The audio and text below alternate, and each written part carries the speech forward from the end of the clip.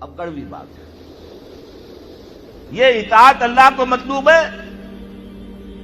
کلی اطاعت، جسے آپ کہتے ہیں نا پیکج ڈیل. بھائی یہ معاملہ اس طرح نہیں ہوگا، یہ پیکج ہے، ٹیک اٹ اور لیو اٹ. اللہ کہتا ہے یا میری اطاعت کرو تو ہمہ تنگ کرو، ہمہ وقت کرو. یہ نہیں کہ کچھ میری اطاعت کر لی، کچھ نفس کی اطاعت کر لی، کچھ کسی اور کی اپنی برادری کے رواج کی اطاعت کر لی. نہیں، یہ 20%، 30%، 33%، 50%، یہ اطاعت مجھے قبول نہیں ہے. میرے ہاں تو قبول ہوگی ہمہ تنگ، ہمہ وقت، ہمہ وجوہ، کامل اطاعت. اگر تم نے روش یہ اختیار کر لی کہ کچھ حکم مانے کچھ نہیں مانے، یہ بڑی تلخ آیت ہے. میرے نزدیک قرآن مجید میں مسلمانوں سے خطاب کر کے اس سے زیادہ سخت کوئی آیت نہیں آئی. افتؤمنون ببعض الکتاب وتکفرون ببعض، کیا تم ہماری کتاب شریعت کے بعض حصے کو مانتے اور بعض کو نہیں مانتے؟ نماز کا حکم کس نے دیا؟ میں نے. نماز تم پڑھتے ہو. سود کی حرمت کا حکم کس کا ہے؟ میرا ہے، اور اسے تم چھوڑنے کو تیار نہیں ہو. کیا یہ میرا حکم نہیں؟ اگر میرا حکم نہیں مانا تو نماز کاہے کے لیے آتے ہو؟ پڑھنے کے لیے. تمہاری نماز تمہارے منہ پر دے کر ماری جائے گی، تمہارا حج تمہارے منہ پر دے کر مارا جائے گا اگر حرام کی کمائی سے تم نے حج کیا ہے. مال حلال سے حج ہو وہ حج مبرور ہوتا ہے. حج مبرور وہ ہے جو اللہ کے ہاں حج قبول ہو جائے. آپ کی دعائیں کیوں نہیں قبول ہوتی؟ یاد کیجئے 1971، بہت سے لوگوں کو یاد ہوگا، جب مشرقی پاکستان میں جنگ ہو رہی تھی تو کتنی دعائیں قنوت نازلہ مسجدوں میں پڑھی گئی ہیں. اے اللہ مدد کر، اے اللہ ان کافروں کو تہس نہس کر دے، اللہم شتت شملہم، اللہم مزق جمعہم، اللہم دبر دیارہم. لیکن اللہ نے ایک نہیں سنی نہیں سنی. تمہارا منہ ہی نہیں ہے مجھ سے بات کرنے کا. تم نے میرا دین قائم کیا ہے؟ تم میرے احکام پر چلتے ہو؟ اگر نہیں تو تمہارا کیا حق ہے کہ تم مجھ سے دعا مانگو؟ قل یا اہل الکتاب لستم علی شیء حتی تقیموا التوراۃ والانجیل وما انزل الیکم من ربکم.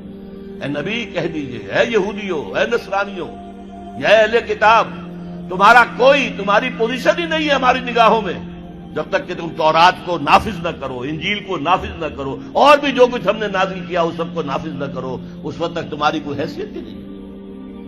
You have no ground under your feet. تمہارے پاؤں تلے زمین ہی نہیں ہے. کیا دعائیں کرتے ہو ہم سے؟ کس منہ سے دعا کرتے ہو؟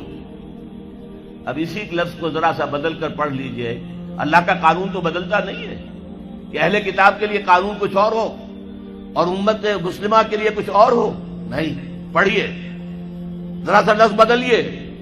قل یا اہل القرآن لستم علی شیء حتی تقیموا القرآن وما انزل الیکم من ربکم. اے نبی کہہ دیجئے، اے قرآن والو،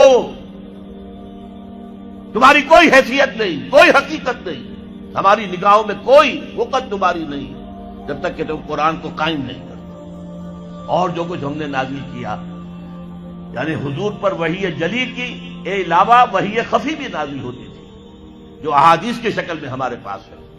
تو قرآن بھی ہم نے نازل کیا، قرآن نازل کیا، اس کو نافذ کرو، اور سنت رسول بھی ہم نے نازل کی ہے، اس کو بھی اطاعت کرو، اس کو مانو، اس کی پیروی کرو. اچھا اگر یہ نہیں کرو گے اس کی سزا کیا ہے؟ افتؤمنون ببعض الکتاب وتکفرون ببعض، کیا تم ہماری شریعت اور کتاب کے ایک حصے کو مانتے اور ایک کو نہیں مانتے؟ ایک حکم سر آنکھوں پر، ایک حکم پاؤں تلے رون دیتے ہو. فما جزاء من يفعل ذلك منكم، تو کوئی سزا نہیں ہے ان کی جو یہ حرکت کریں گے تم میں سے، الا خزي في الحیات الدنیا، سوائے اس کے کہ دنیا کی زندگی میں ذلیل و خوار کر دیے جاؤ. وَيَوْمَ الْقِيَامَةِ يُرَدُّونَ إِلَىٰ أَشَدِّ الْعَذَابِ، اور قیامت کے دن شدید ترین عذاب میں جھونک دیے جاؤ. وَمَا اللَّهُ بِغَافِلٍ عَمَّا تَعْمَلُونَ، جو کچھ تم کر رہے ہو اس کی حقیقت سے اللہ ناواقف نہیں ہے، بے خبر نہیں ہے. تم آئے ہو حج کرنے، داڑھی لمبی ہے تمہاری، اللہ کو معلوم ہے حرام کی کمائی سے حج کرنے آئے ہو، حرام کی کمائی سے عمرہ کرنے آئے ہو. تم نے مسجد تو بڑی شاندار بنوا دی، تمہارا کاروبار تو حرام کا ہے. سٹے اور جوئے کے اوپر کاروبار کر رہے ہو، بینک سے سودی قرضہ لے کر کاروبار کر رہے ہو، تو مسجد بنانے کا کیا تمہیں ثواب ملے گا؟ اللہ تعالیٰ کو تو نفقات جو ہیں، صدقات و نفقات صرف وہ قبول ہیں جو پاک اور حلال کمائی سے ہو۔ حرام کی کمائی سے تم نے کچھ بھی لٹا دیا ہو، اللہ کو ایک جیلے کی اس کی طاقت نہیں۔ اب اس میں 2 سزائیں بیان کی، فما جزاء من یفعل ذلک منکم الا خزی فی الحیات الدنیا، تم میں سے جو کوئی بھی یہ حرکت کرے گا کہ دین کے ایک حصے پر عمل ایک پر نہیں، اس کی سزا اس کے سوا کچھ نہیں ہے کہ دنیا کی زندگی میں ذلیل و خوار کر دیے جائے۔